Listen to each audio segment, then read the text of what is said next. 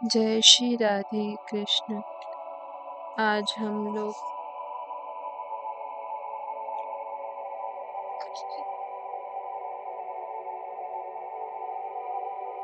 देवताओं द्वारा गर्भस्थ भगवान श्री कृष्ण की स्तुति को आगे सुनते हैं।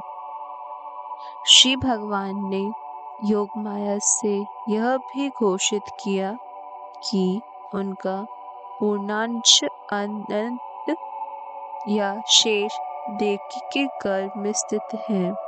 रोहिणी के गर्भ में बलपूर्वक ले जाए जाने के कारण वे संकर्षण कहलाएंगे और वे समस्त देवी शक्ति या बल के स्रोत होंगे, जिसके द्वारा लोग जीवन का सर्वोच्च आनंद, जिसमें रमन कहते हैं, प्राप्त कर सकेंगे।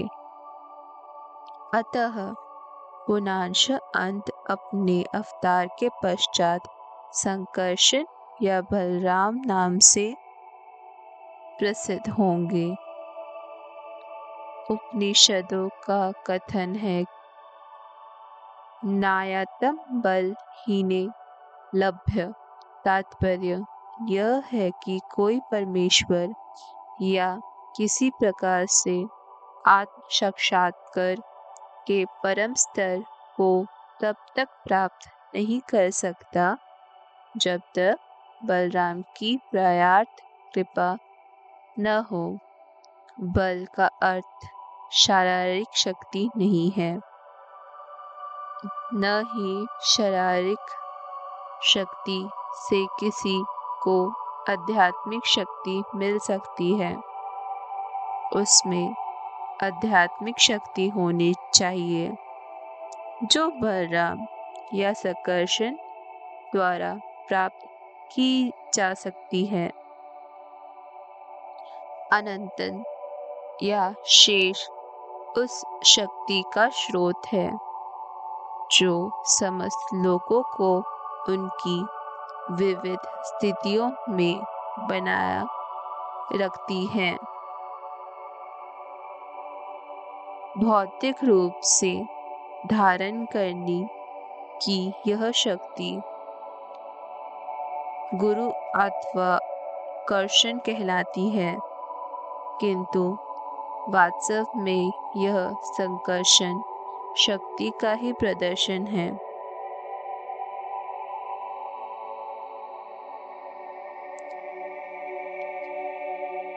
बलराम या संकर्षण आध्यात्मिक शक्ति या आदि गुरु है।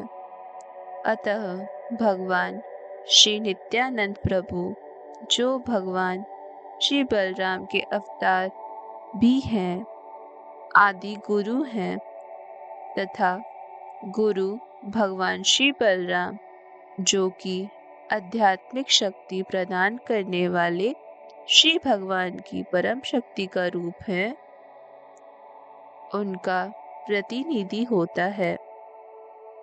श्री चैतन्य चरितामृत में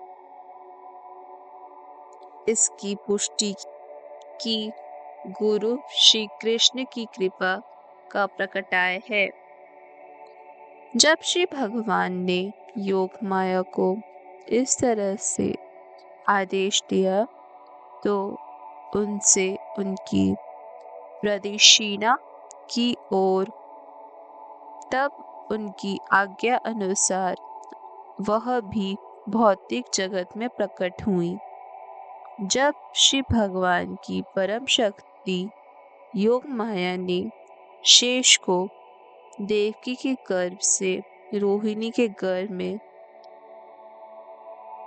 स्थानांतरित किया तो वे दोनों ही योग माया के वश में थी, जिसे योग निद्रा कहते हैं। जब ऐसा हो चुका तो लोगों ने समझा कि देवकी का 7वां गर्भ विनष्ट हो गया।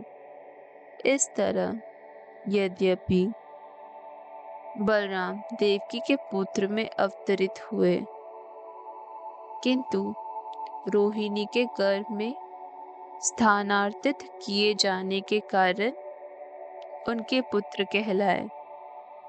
इस व्यवस्था के बाद अपने निष्काम भक्तों की रक्षा करने के लिए सदैव तत्पर रहने वाले भगवान श्री कृष्ण ने अपनी पूर्ण अचिंत्य शक्तियों सहित संपूर्ण सृष्टि के स्वामी के रूप में वासुदेव के मन में प्रवेश किया।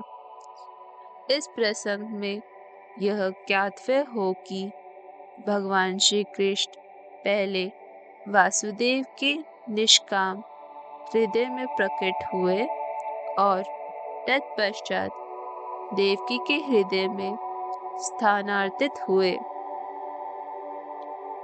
वे देवकी के गर्भ में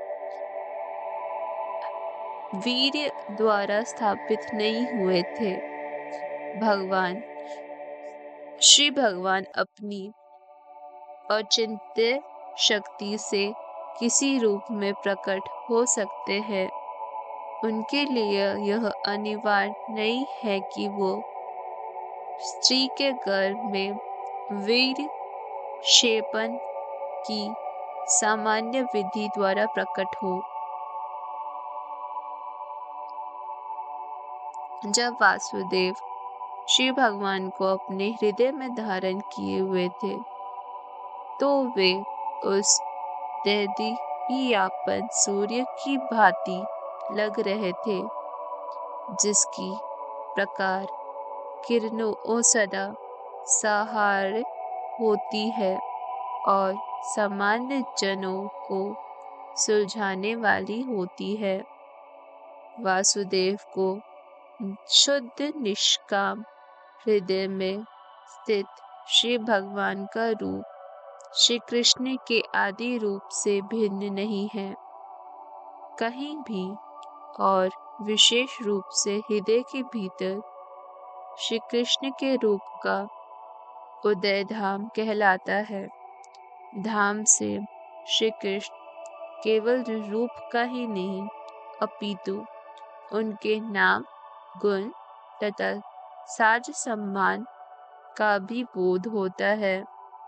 यह सब एक साथ प्रकट होता है।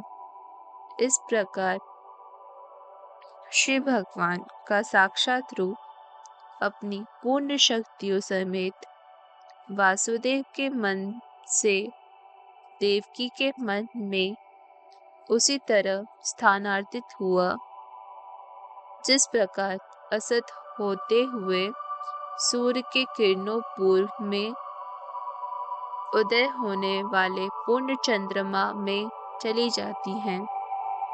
इस प्रकार भगवान श्री कृष्ण वासुदेव के शरीर से देवकी के शरीर में सामान्य स्थितियों के बिना ही प्रविष्ट हुए। चूंकि श्री कृष्ण वहां थे, अतः यह समझना चाहिए कि